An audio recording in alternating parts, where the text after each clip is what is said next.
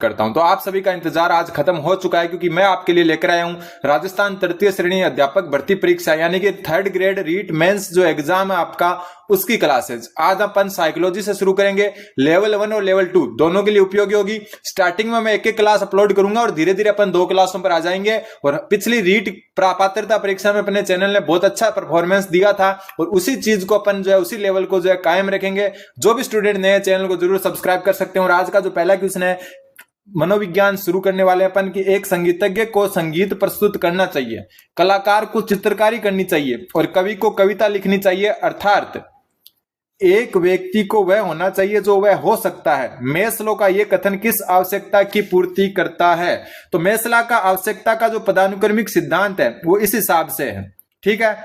इसने जो है जो मतलब आवश्यकता है उनको 5 भागों में बांटा है, ठीक है। 5 भागों के मैं नाम बता दूं आपको। सबसे नीचे आती है शारीरिक क्रियात्मक अवस्था। कौन सी? शारीरिक क्रियात्मक आवश्यकता नाम नहीं लिख रहा हूं मैं, ठीक है। दूसरे नंबर पर आती है आपकी सुरक्षा की आवश्यकता। किसकी आवश्यकता? सुरक्षा की आवश्यकता। तीसरे नंबर पर जो आपकी आती है वो आती है आत्मीयता की अवस्था या आवश्यकता। आत्मीयता को अपन और कहें तो प्रेम भी कह सकते हैं। क्या कह सकते हैं? प्रेम। फिर चौथे नंबर पर आती है सम्मान की आवश्यकता। किसकी? सम्मान की आवश्यकता। और लास्ट में आती है आपकी आत्मसिद्धि की आवश्यकता। किसकी? आत्मसिद्धि की आवश्यकता। जो भी चीज करवाऊंगा मैं एकदम अच्छे तरीके से करवाऊंगा, तो चैनल पर नए तो सब्सक्राइब जरूर कर दें। और रीट में जो आपकी पात्रता हुई थी उसमें अपने बहुत अच्छा जो है परफॉर्मेंस किया था। ऊपर वाली 2 अवस्थाएं ये उच्च अवस्थाएं हैं आपकी। क्या है? उच्च अवस्थाएं। और नीचे वाली जो 3 अवस्थाएं हैं आपकी ये है निम्न आवश्यकताएं। निम्न आवश्यकताएं। तो ऊपर वाली उच्च अवस्था या आवश्यकता है, नीचे वाली निम्न या जो है आवश्यकता या अवस्था है। तो ये आपको ध्यान में रखना है। कई बार क्वेश्चन आ जाता है कि मेस्लो के सिद्धांत की निम्न जो आवश्यकता है उसमें सबसे ऊपर कौन सी आती है? तो आत्मीयता या प्रेम की आवश्यकता। अब किसमें क्या आता है वो भी देख लेते हैं। सबसे पहले शारीरिक क्रियात्मक अवस्था जो आती है इसमें आता है भूख हुई, ठीक है, प्यास, काम, ये चीजें जो है आपकी शारीरिक आवश्यकताओं के अंतर्गत आती है। सुरक्षा की आवश्यकता के अंतर्गत क्या आएगा? सुरक्षा में क्या हो सकता है? एक तो आर्थिक सुरक्षा हो सकती है, ठीक है। आर्थिक सुरक्षा के अलावा अपन कहें कि जीवन बीमा भी इसी के अंतर्गत आता है, ठीक है। या फिर अपन कहें जीवन बीमा के अलावा स्वास्थ्य की आवश्यकता, ये सब आती है आपकी सुरक्षा की। स्वास्थ्य सुरक्षा हुई, आर्थिक सुरक्षा हुई, जीवन बीमा हुई, ये सारी की सारी आपकी सुरक्षा के अंतर्गत आती है। फिर बात आती है आत्मीयता या प्रेम की, ठीक है। इसमें व्यक्ति क्या करता है? परिवार और मित्र वगैरह जो होते हैं, मित्र से प्रेम की क्या करता है? प्रेम की उम्मीद करता है, प्रेम की उम्मीद करता है, ठीक है। फिर सम्मान की, कि वो क्या चाहता है? कि सम्मान पाना चाहता है सोसाइटी में। और लास्ट में जो आती है आपकी सबसे उच्चतम अवस्था, उसका नाम है आपका आत्मसिद्धि की अवस्था। और आत्मसिद्धि की अवस्था जो है आपकी वो ये है कि एक व्यक्ति को वह होना चाहिए जो वह हो सकता है। तो इसका उत्तर हो जाएगा ऑप्शन नंबर ए।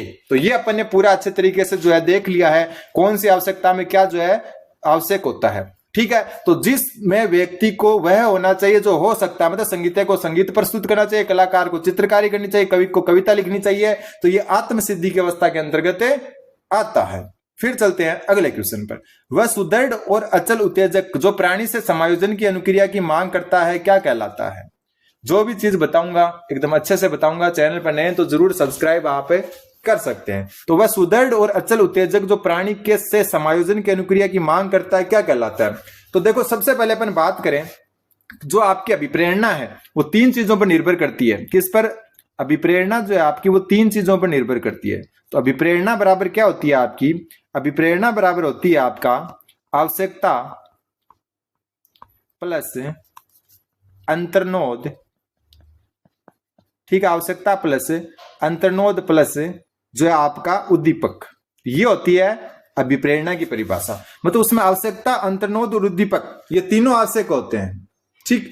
अब बात आती है कि वह सुदृढ़ और अचल उत्तेजक जो प्राणी से समायोजन की अनुक्रिया की मांग करता है क्या कहलाता है? तो वो कहलाता है आपका अंतर्नोद, ठीक है। और अंतर्नोद जो है उसके बारे में एक चीज आपको और ध्यान में रखनी है, वो है कि ये विशिष्ट लक्ष्य से निर्दिष्ट होता है। विशिष्ट लक्ष्य से निर्दिष्ट होता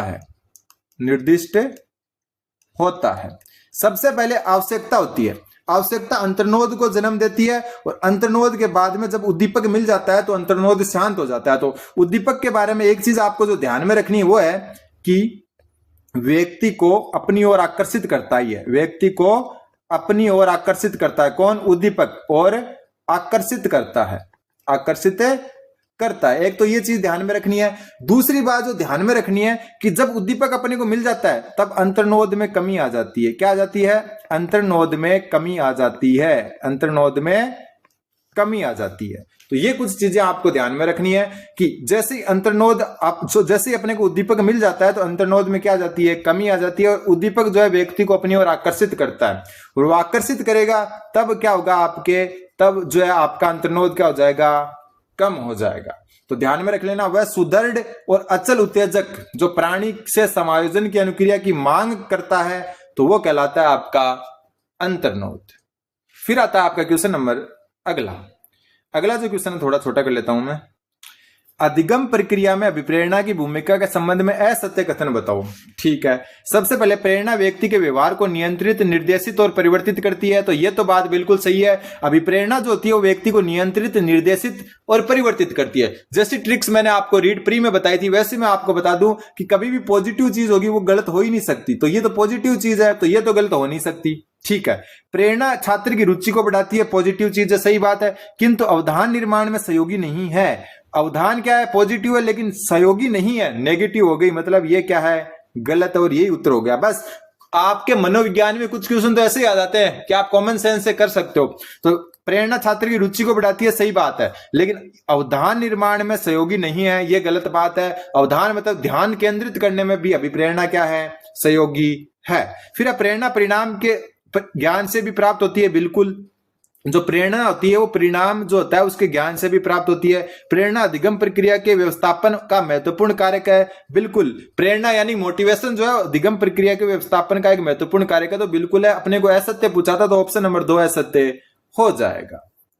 अपनी क्लासेज आपको पता ही है, सिर्फ और सिर्फ जो है किसके लिए है? रिविजन के लिए। अच्छे से रिविजन अपन कर ले। तो ये क्वेश्चन थोड़ा सा अटपटा लिखा हुआ है फिर भी अपन देख लेते हैं कि सबसे पहले बात बता दूं, लेवल 1 और लेवल 2 दोनों के लिए उपयोगी है। मनोज लाइब्रेरी में लगातार पढ़ता रहता है, उसकी टेस्ट सीरीज में भी अच्छी रैंक चलती थी, मगर फिर भी वह परीक्षा में सफल होने के लिए कड़ी मेहनत करता है।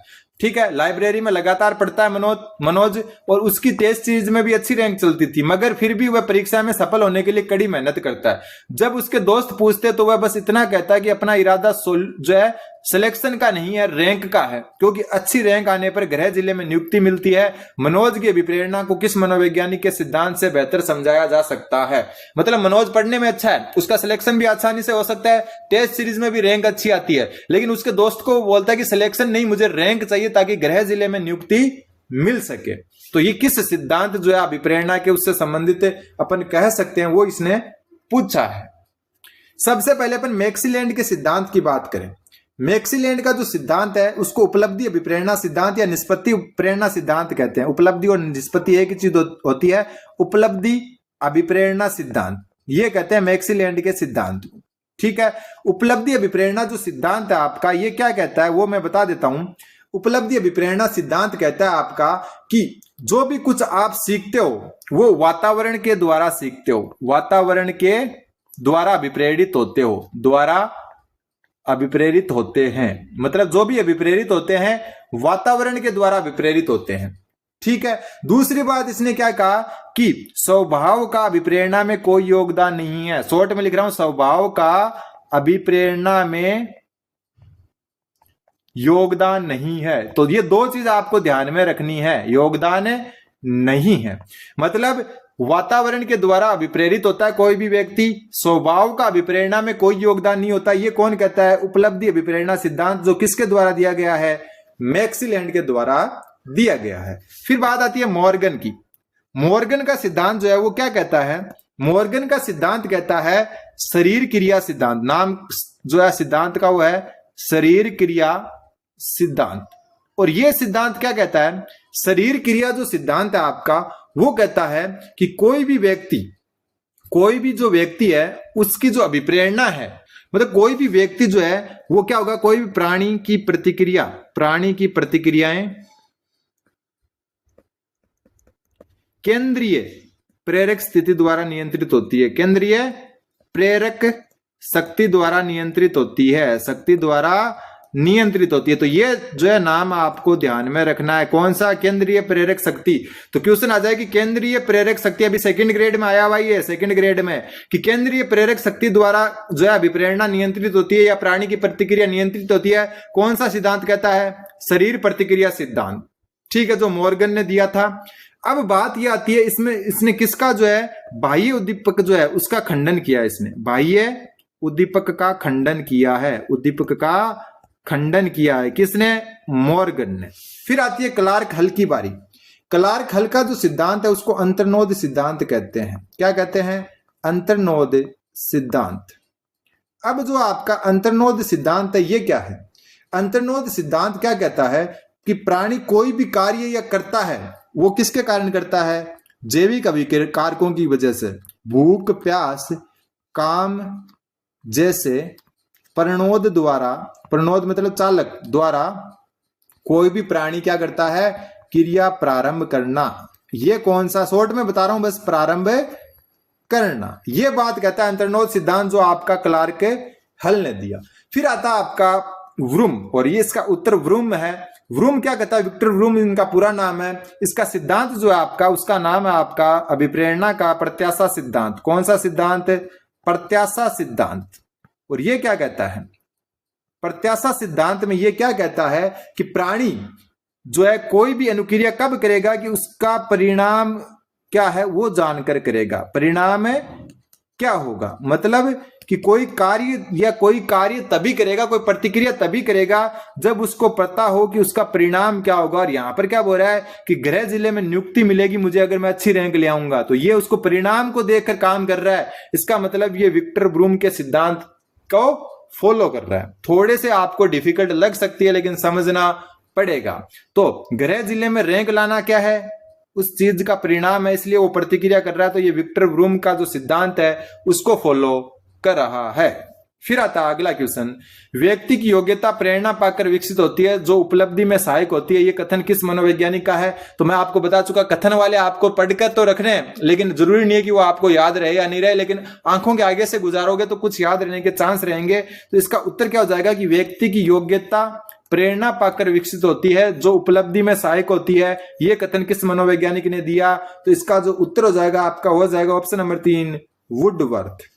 ठीक है, तो यहां पर आप जो है परिभाषा को याद कैसे रख सकते हो? योग्यता, प्रेरणा, उपलब्धि, सहायक, ऐसे करके कुछ नाम को याद रख सकते हो। तो व्यक्ति की योग्यता प्रेरणा पाकर विकसित होती है जो उपलब्धि में सहायक होती है, और यह कथन आपका वुडवर्थ का है।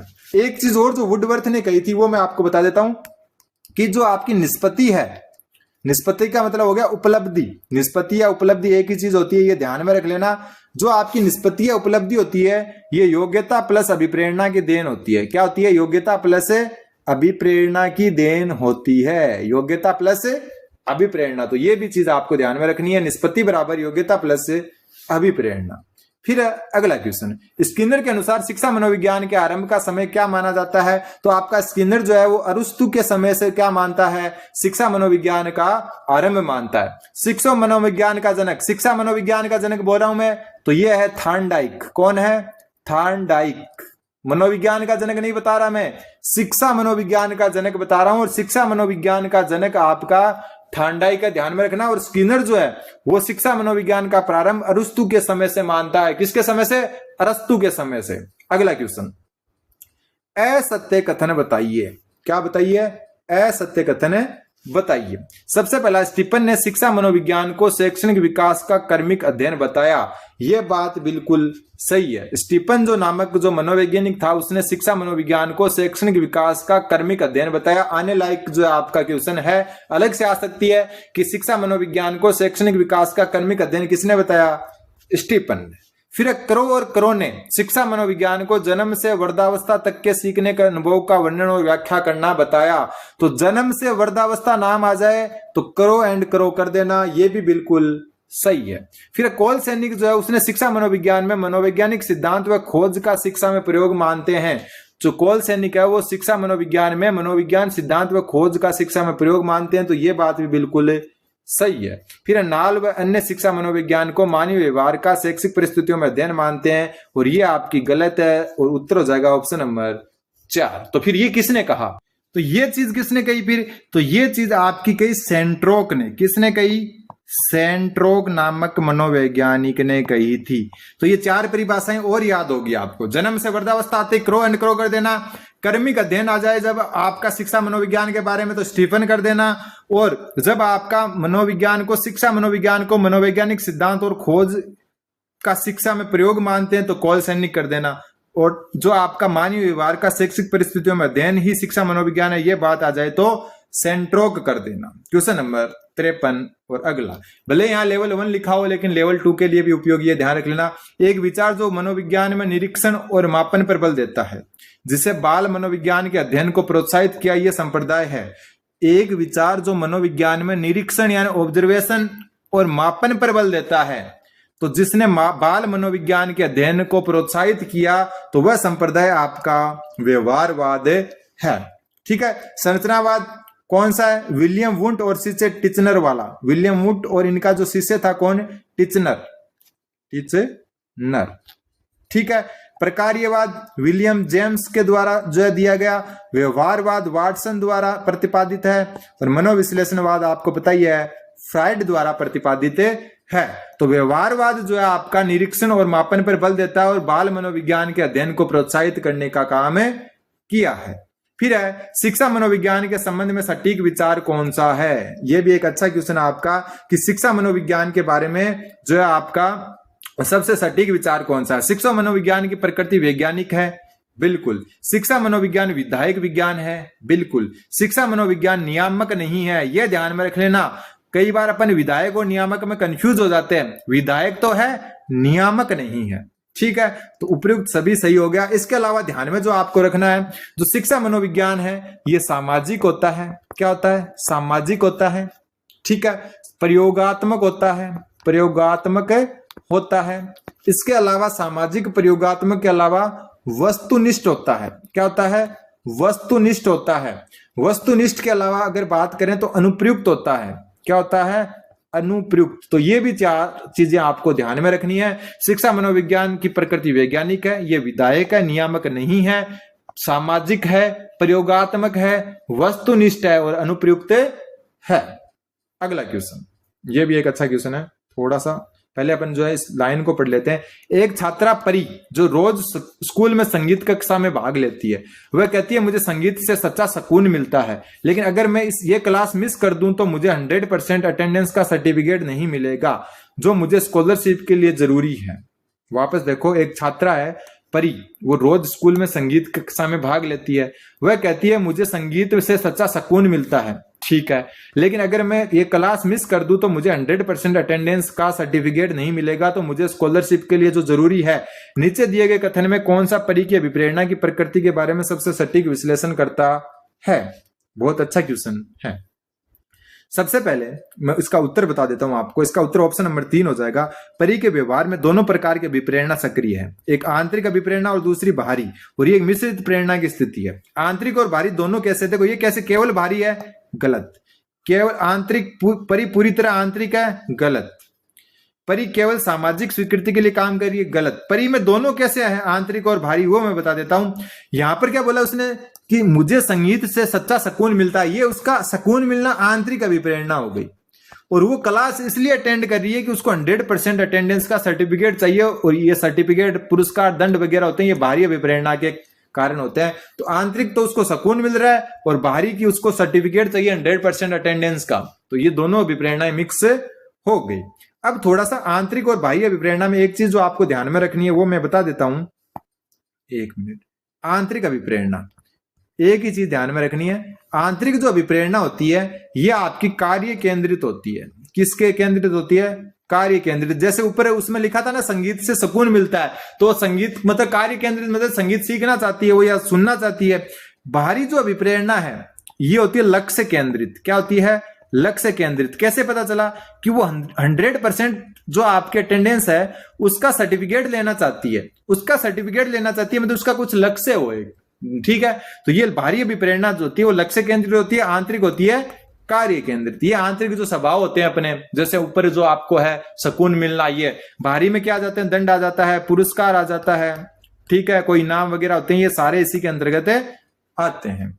अगला क्वेश्चन, क्वेश्चन नंबर 53, ये वापस वही आ गया, सॉरी, इसमें चलते हैं क्वेश्चन नंबर 56। ये भी एक अच्छा क्वेश्चन है। एक व्यक्ति शक्ति या सामर्थ्य का बोध प्राप्त करने के लिए खेल सितारों की कहानियां पढ़ता है। मतलब शक्ति और सामर्थ्य का बोध प्राप्त करने के लिए खेल सितारों की कहानी पढ़ता है कि मुझे तो रोहित शर्मा बनना है, मुझे तो विराट कोहली बनना है, और वर्तमान में देखे तो मुझे अभिषेक शर्मा बनना है। ठीक है, अभी थोड़ी देर बाद में वो खेलने वाले भी है कि मुझे तो अभिषेक शर्मा बनना है, तो अभिषेक शर्मा की कहानियां पढ़ता है उसके जैसा बनने के लिए। ठीक है, शक्ति या सामर्थ्य का बोध प्राप्त करने के लिए खेल सितारों की कहानी पढ़ता है, अथवा किसी लोकप्रिय व्यक्ति के साथ संलग्न होता है। ठीक है, कोई मान लो फेमस व्यक्ति उसके साथ मिलता जुलता है, तो शक्ति अभिप्रेरक व्यक्ति अभिव्यक्ति हेतु मैक्सीलैंड के अनुसार ये कौन सी विधि? मैक्सीलैंड ने 4 विधियां बताई। कौन कौन सी 4? ये नाम चारों लिखे हुए हैं।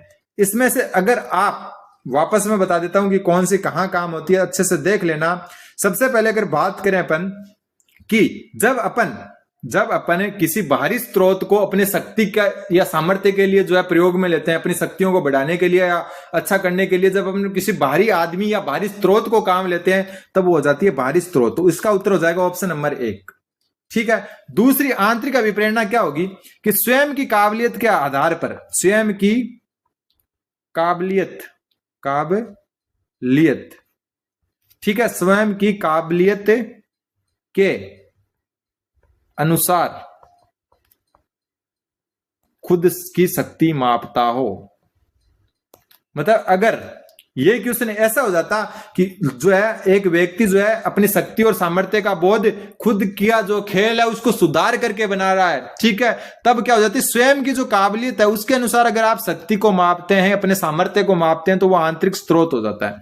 इसमें जो खेल सितारों वगैरह को कहानी पड़ता है, बाहरी स्रोत है वो, तो इसको बाहरी कहेंगे। व्यक्तिगत स्तर क्या होगा, ये भी एक अच्छा है। ठीक है, व्यक्तिगत स्तर क्वेश्चन कभी भी बन सकता है। इसमें क्या होता है कि व्यक्ति दूसरों पर नियंत्रित करना चाहता है, दूसरों पर नियंत्रण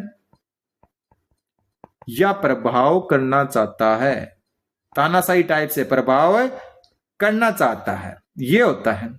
ठीक है, ये होता है आपका व्यक्तिगत स्तर। फिर आपका बच गया संस्थागत स्तर। कौन सा बच गया? संस्थागत स्तर बच गया।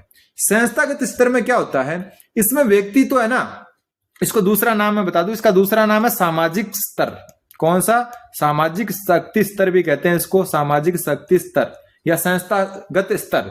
संस्थागत स्तर में क्या होता है, दूसरों को प्रभावित और नियंत्रित तो करना चाहता है व्यक्ति, लेकिन किसी संस्था के भले के लिए। ठीक है, दूसरों पर नियंत्रण करना चाहता है। थोड़ी हार्ड आएगी साइकोलॉजी, क्योंकि अब आपका पात्रता वाला बोर्ड नहीं करवाएगा एग्जाम, अब आरएसएस भी बोर्ड करवाएगा। तो दूसरों पर नियंत्रण करना चाहता है, लेकिन किसी संस्था के भले के लिए, किसी संस्था के भले के लिए, मतलब किसी संस्था के भले के लिए दूसरों पर नियंत्रण स्थापित करना चाहता है, तो उसको संस्थागत स्तर या सामाजिक शक्ति स्तर कहते हैं। बाहरी स्रोत, जिसमें बाहरी किसी व्यक्ति को वो क्या मानता है, आदर्श खुद को माने, तो आंतरिक स्रोत। व्यक्तिगत स्तर होता है दूसरों पर नियंत्रण या प्रभाव करना चाहता है कोई व्यक्ति, तो उसको व्यक्तिगत स्तर कहेंगे। और सामाजिक या संस्थागत स्तर में दूसरों पर नियंत्रित करना चाहता है, लेकिन संस्था के भले के लिए। जैसे कई डाकू है ना, फेमस डाकू, जो खुद मतलब लोगों को इसलिए, मतलब जो अमीर लोगों को लूट के गरीबों में पैसा बांटते, वैसा ही कुछ मान लो आप, वो होता है संस्थागत स्तर। फिर आता है क्वेश्चन नंबर 57। शैक्षिक मनोविज्ञान जो यानी कि एजुकेशन साइकोलॉजी के जो है शिक्षक के लिए शैक्षिक निहितार्थ आज से निम्नलिखित में से कौन से? मतलब शिक्षा मनोविज्ञान का जो शिक्षक है उसके लिए शिक्षा के क्षेत्र में जो है आपके कौन कौन से जो है इनमें से जो है काम होंगे। सबसे पहले कौन सा सही है वो अपने को बताना है। शैक्षिक मनोविज्ञान ने शिक्षण विधियों का मूल्यांकन करने के लिए एक मार्गदर्शिका प्रदान किया है। बिल्कुल, जो अपन शिक्षण विधियां यूज में ले रहे हैं उनका मूल्यांकन करने के लिए एक मार्गदर्शिका यानी कि गाइडेंस प्रदान की है। बिल्कुल सही बात है। फिर है छात्रों को समझने के पश्चात यह शिक्षण अधिगम की प्रक्रिया में सुधार करने में मदद करता है। बिल्कुल पॉजिटिव सेंटेंस है। यह शिक्षक में बुद्धि लब्धि के विकास में सहायक है। तो शिक्षक की बुद्धि लब्धि का यहाँ कोई लेना देना नहीं है, इसको क्रॉस करो। फिर ये शिक्षक का परिवार के सदस्यों के साथ रिश्ते सुधारने में सहायक है। तो ये भी कोई शिक्षा मनोविज्ञान का उद्देश्य नहीं है। फिर ये शिक्षक का छात्रों की समस्याओं को समझाने और व्यक्तिगत शैक्षिक कार्यक्रम तैयार करने में मदद करता है, तो ये भी सही है। तो पहला, दूसरा, पांचवा सही है, तीसरा चौथा गलत है। तो पहला, दूसरा, पांचवा, ऑप्शन नंबर 4 उत्तर हो जाएगा। ये भी इजी क्वेश्चन था। फिर अगला क्वेश्चन, निम्नलिखित में से कौन सा कथन शैक्षिक मनोविज्ञान की प्रकृति का वर्णन नहीं करता है? शैक्षिक मनोविज्ञान की प्रकृति का वर्णन कौन सा कथन नहीं करता है? ठीक है, सबसे पहले ये शिक्षार्थियों के व्यवहार और अनुभवों का अध्ययन करने का प्रयास करता है। बिल्कुल सही बात है, ये तो सही है। जो विद्यार्थी या शिक्षार्थी होते हैं उनके व्यवहार और अनुभवों का अध्ययन करने का प्रयास कौन करता है? शिक्षा मनोविज्ञान करता है। यह शैक्षिक लक्ष्यों और शिक्षा प्रदान करने के उद्देश्य को परिभाषित करता है। शैक्षिक लक्ष्यों को जो है ये मतलब परिभाषित नहीं करता, क्योंकि जो है शिक्षा मनोविज्ञान साधन है, साध्य नहीं है। तो लक्ष्य केंद्रित नहीं होता, ये कार्य केंद्रित होता है। तो ये गलत हो गया आपका। ये छोटी चीजें ध्यान में रखनी है। शैक्षिक लक्ष्यों को या शिक्षा प्रदान करने का उद्देश्य नहीं है इसका, क्योंकि ये तो क्या हो गया, आपके साध्य हो गए कि ये चीज हासिल करनी है अपने को। जबकि शिक्षा मनोविज्ञान क्या है? साधन है, साध्य नहीं है। साध्य का मतलब जो चीज अपने को चाहिए वो नहीं है, ये साधन है किसी चीज तक पहुंचने का। ठीक है, ये उन तकनीकों का वर्णन करता है और आवश्यक ज्ञान प्रदान करता है जिनके द्वारा लक्ष्यों को प्रभावी ढंग से प्राप्त किया जा सकता है। बिल्कुल सही बात है। ये शिक्षा के मूल्यों को प्रदान करने से संबंधित है, तो वही बात होगी। ये भी लक्ष्य केंद्रित हो गया, तो ये गलत है। ये अधिगम प्रक्रिया की बेहतर समझ को बढ़ावा देता है। बिल्कुल, चौथा गलत है। आप सोचोगे चौथा सही है, लेकिन शिक्षा के मूल्यों को प्रदान करने से संबंधित नहीं है शिक्षा मनोविज्ञान। ठीक है, दूसरा और चौथा गलत है। उत्तर हो जाएगा ऑप्शन नंबर 1। फिर आता है क्वेश्चन नंबर 59, सत्य कथन ज्ञात कीजिए। इसको अलग से नोट आप कर सकते हैं। सबसे पहले, जैविक और मनोसामाजिक अभिप्रेरक परस्पर एक दूसरे पर निर्भर होते हैं। बिल्कुल सही बात है। एक दूसरे पर निर्भर मतलब जैविक कौन से हो गए? भूख हो गई, प्यास हो गई, निद्रा हो गई, ये सारे जैविक है। काम, ठीक है, ये सारे क्या है आपके जैविक है। मनोसामाजिक जो समाज से संबंधित है, चाहे आप जो है नौकरी पाना ही मान लो, एक प्रकार से नौकरी पाना, ये भी क्या एक मनोसामाजिक है, अगर दो कैटेगरी में बांटे तो। ठीक है, तो ये एक दूसरे पर निर्भर होते हैं। बिल्कुल सही बात है, ये तो सही है। फिर है, कोई अभिप्रेरक पूर्णतः जैविक या पूर्णतः मनोसामाजिक नहीं होता। इंपॉर्टेंट लाइन है, नोट कर लेना। सही है, ये भी कोई भी अभिप्रेरक या पूर्णतः जैविक नहीं है और पूर्णतः मनोसामाजिक भी नहीं है। तो 1 व 2 दोनों सही हो जाएगा इसका उत्तर, ऑप्शन नंबर 3। आज का लास्ट क्वेश्चन, निम्नलिखित में से असत्य कथन बताओ। विलियम वुंड ने अपने सहयोगी टिचनर के साथ 1879 में मनोविज्ञान की पहली प्रयोगशाला का निर्माण किया। कहां पर? लिपजिंग शहर में, जो कहां पर है आपका जर्मनी में। सही बात है, ये तो असत्य बताना है अपने को, ये सही है। फिर वुंट और टिचनर का संबंध प्रकार्यवाद से पहले अपन चर्चा कर चुके, ये गलत है। ये संरचनावाद से संबंधित है। किससे? संरचनावाद से संबंधित है। वुंट ने अंतर्दर्शन विधि का प्रयोग किया। बिल्कुल, ये एक इंपॉर्टेंट लाइन है। वुंट ने अंतर्दर्शन जो है विधि का प्रयोग किया। विलियम जेम्स ने प्रिंसिपल ऑफ साइकोलॉजी पुस्तक का लेखन किया। तो ये बात भी बिल्कुल सही है। विलियम जेम्स ने प्रिंसिपल ऑफ साइकोलॉजी पुस्तक का लेखन किया। तो ये अपने मनोविज्ञान के कुछ अच्छे क्वेश्चन थे लेवल 1 और लेवल 2 के लिए। अगली क्लास भी जल्द मिलेगी। शैक्षिक परिदृश्य भी मैं करवाऊंगा, मैं आपको सब्जेक्ट भी कराऊंगा, शिक्षण विधियां भी कराऊंगा, जैसा मैंने रीट पात्रता में करवाया था। लेकिन आप जो चैनल पर बने रहे, धन्यवाद। बने रहे जीवा स्टडी के साथ।